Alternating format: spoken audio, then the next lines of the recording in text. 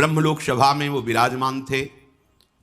भगवती गंगा जी पधारी तो वायु देवता ने उनके अंचल को खिसकाया, जिससे समस्त वहां विराजमान ब्रह्म सभा में अपनी ग्रीवा झुका ली।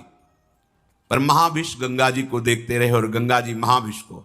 इसलिए ब्रह्मा जी ने उन दोनों से कहा कि तुमने ये मानुषिक वृत्ति धारण की, ये ब्रह्मलोक सभा में विराजमान के अंदर ऐसी वृत्ति नहीं होती, इसलिए तुम मनुष्य लोक में जाओ, मनुष्य बनो जाकर।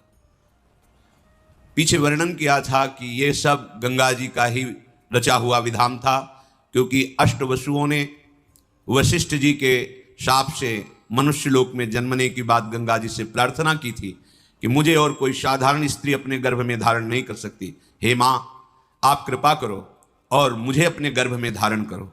तो गर्भ में धारण करने वाले पिता का चयन ब्रह्मलोक में विराजमान महाभिष के रूप में श्री गंगा जी ने किया। वही भूतल पर प्रतीप राजा के पुत्र महाराज शांतनु के रूप में प्रकट हुए ब्रह्मलोकवासी महाभिष राजा। यम यम कराभ्याम स्पृशति जीर्णम सा सुख मश्नुते पुनर्युवा च भवति तस्मात् तम शांतनुम विदु इति तदस्य शांतनुत्वम। बड़े बड़े ब्रह्म ऋषियों ने इनके प्रभाव को ज्योतिष के द्वारा देखा। यम यम कराभ्याम स्पृशति, जिसको ये छू लेंगे हाथ से तो जीर्णम सा सुख मश्नुते, भले उसकी जीर्ण अवस्था हो वो तुरंत जवान हो जाएगा और सुखपूर्वक पूरा जीवन रहेगा, उसे कभी अशांति छू नहीं सकती, परम शांति बनी रहेगी। इसीलिए इति तदस्य शांतनुत्वम, इनका नाम शांतनु रखा गया। बड़े ही प्रभावशाली बाल्यावस्था से ही थे।